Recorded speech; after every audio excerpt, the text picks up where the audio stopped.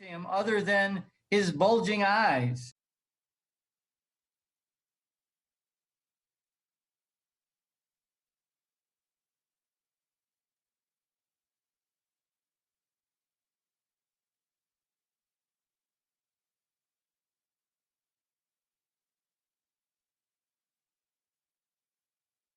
For the past 10 years, police brutality among people of color has been an issue that has continued to grow, especially in the year 2020. This past year, society decided to take a chance to fight for justice. The Black Lives Matter movement was spread nationwide, and after a few weeks, even globally. Police Chief Bob Hunley says what happens next is not standard police procedure.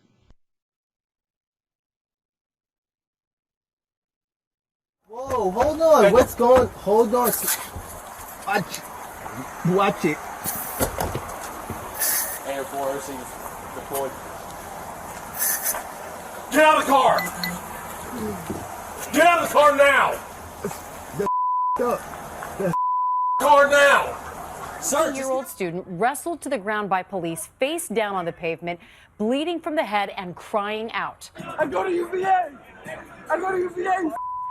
Raising serious questions about police brutality and at this hour going before the camera.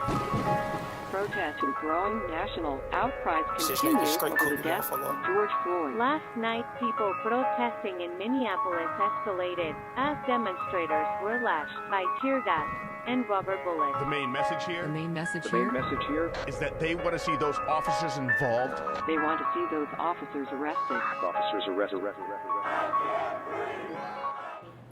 Due to the pandemic, many were not able to participate in the protests, so they used social media as a big platform to help speak up about police brutality.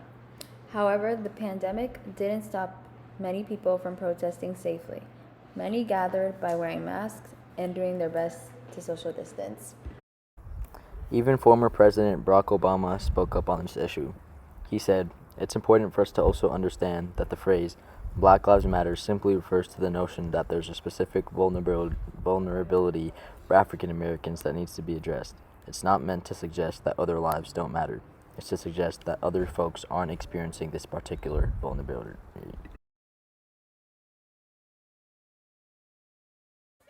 The cultural lens can be applied to the Black Lives Matter movement in many ways. The protests brought out a variety of different cultures. The first being the African American culture, as many expressed their culture and used the protest to show the other prejudices that many African Americans go through every day. Another aspect of culture is social media and its users. Social media played a huge role in expanding the movement. Many young high schoolers and college students were able to show their support and concern through social media. Not only this, but another culture shown was the cultural aspect of family. In each picture and video, we can feel the love from stranger to stranger. Everyone came together like a family and expressed their feelings toward the issue.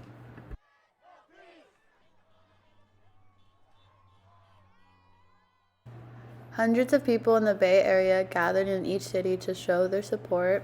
Many used peaceful protests to show their concern and fight for justice.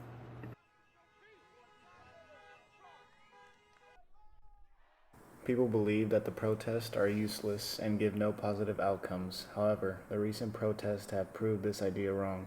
In the past year, after all the protests, police brutality and racial inequality have significantly decreased and people have received the justice they deserve.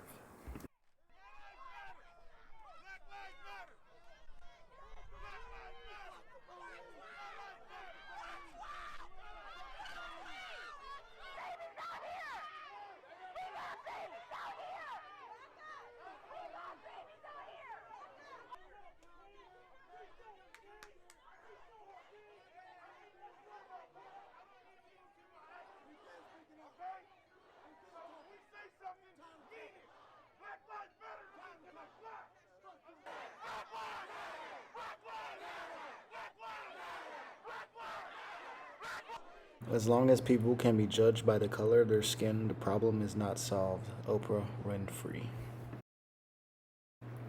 Famous civil rights leader Martin Luther King Jr. once said, "Injustice anywhere is a threat to justice everywhere."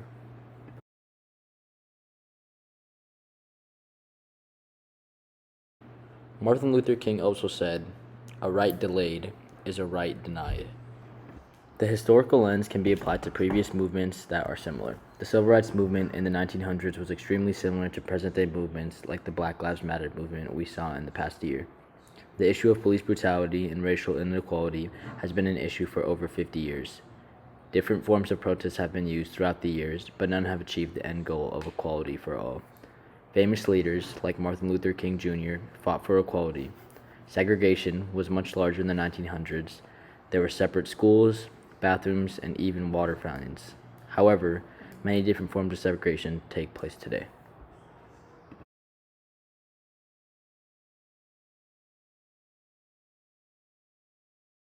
Segregated schools were finally ruled unconstitutional.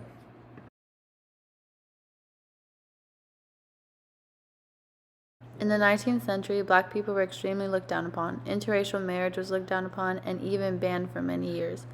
White men and women even protested against black rights.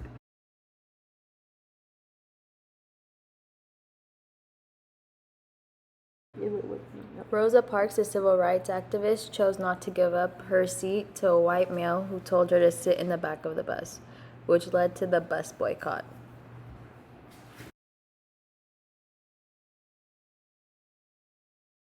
So today I'm going to ask you a few questions about the Black Lives Movement. Okay. So first question is, have you ever been racially profiled? Not necessarily racially profiled, but when I was at Target,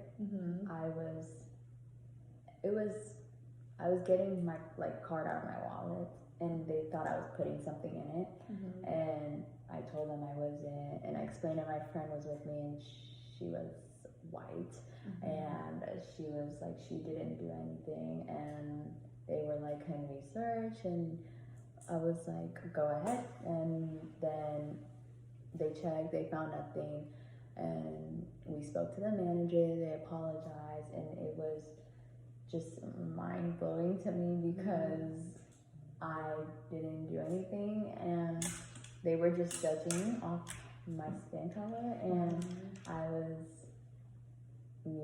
I just knew they were wrong, so it was just... How did it make you feel? What were your emotions? I wasn't mad because this happens all the time, so I was like, whatever, I know I didn't steal anything, so it was whatever, but it was just like, wow, you're professional and you're gonna do this and stop me when I was just getting my card out, and it just, just to prove them wrong is what made me feel good. I was like, oh, yeah, now you feel dumb. And it was just, it wasn't okay. Things need to change in the system, and this happens every day, all the time, millions of people. Okay. And I just hope something happens and they could change it and they could stop, and we can move better as a society and work together. Perfect. Okay. Second question. What's your opinion on the Black Lives Matter movement? I love it. I think it's a good movement, not just for Black lives, but all people of color, to kind of stand up as one in solidarity. And I think it's good that it's a movement where everyone can just feel the same things. Everyone's going through the same thing. So I think it was good, and I definitely support it, and I know a lot of people who do. And we're just really good at campaigning and advertising for it. Everyone, not just people of color, but everybody, is advertising for it, and they always post about it, and everyone supports it, most people at least. And I just think it's a great movement. Good. Okay, last question. Have you ever attended a Black Lives Matter protest, and how was it, if you did? I went to one in July,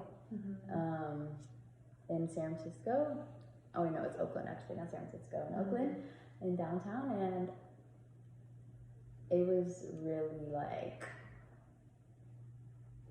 it was like sad we had to do it, but it was really like empowering, you know? Did you see any of the like police Yeah. brutality? Yeah, they were pepper spraying people, even though we were peacefully protesting, and they just can't handle things sometimes, like, you know, right? Like, there's different ways to do things without people getting hurt or harmed, and yeah, but it was good to see everyone, not just Black people. Even though a difference has been made, many people of color still face racial inequality. Do what's right and fight for their rights. Post petitions, speak out, and make change.